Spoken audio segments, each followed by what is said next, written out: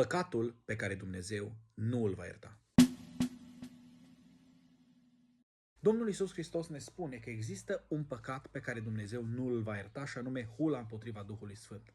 Despre ce este vorba când vorbim de acest păcat? Atunci când vorbește cu Nicodim, Domnul Iisus Hristos îi spune acesteia condiția ce trebuie îndeplinită de un om pentru a intra în împărăția lui Dumnezeu și spune în felul următor: adevărat, adevărat îți spun că dacă un om nu se naște din nou, nu poate vedea împărăția lui Dumnezeu.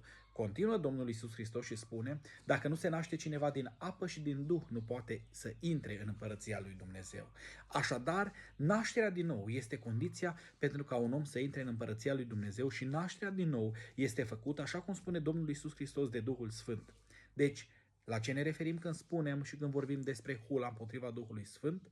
Ne referim la acel păcat pe care omul face de a se împotrivi acestei lucrări pe care Duhul Sfânt o face în viața omului, și anume nașterea din nou.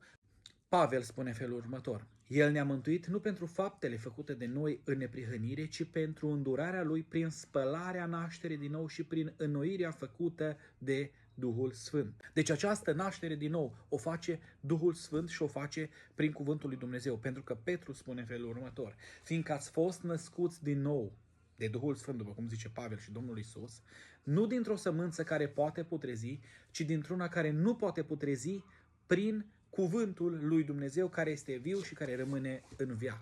Prin cuvântul lui Dumnezeu.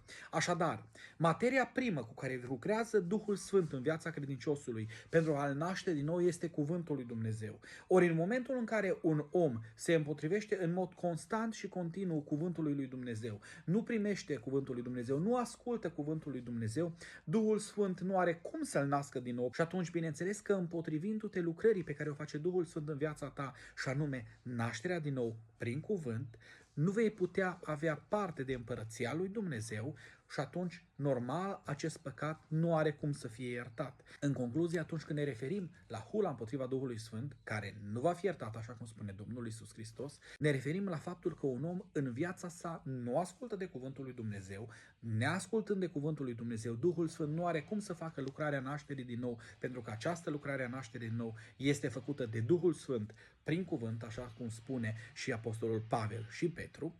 Așadar, omul nu are cum să aibă parte de împărăția lui Dumnezeu. De aceea, hula împotriva Duhului Sfânt nu va fi iertată, pentru că omul a refuzat lucrarea Duhului Sfânt, anume nașterea din nou, în timpul vieții sale.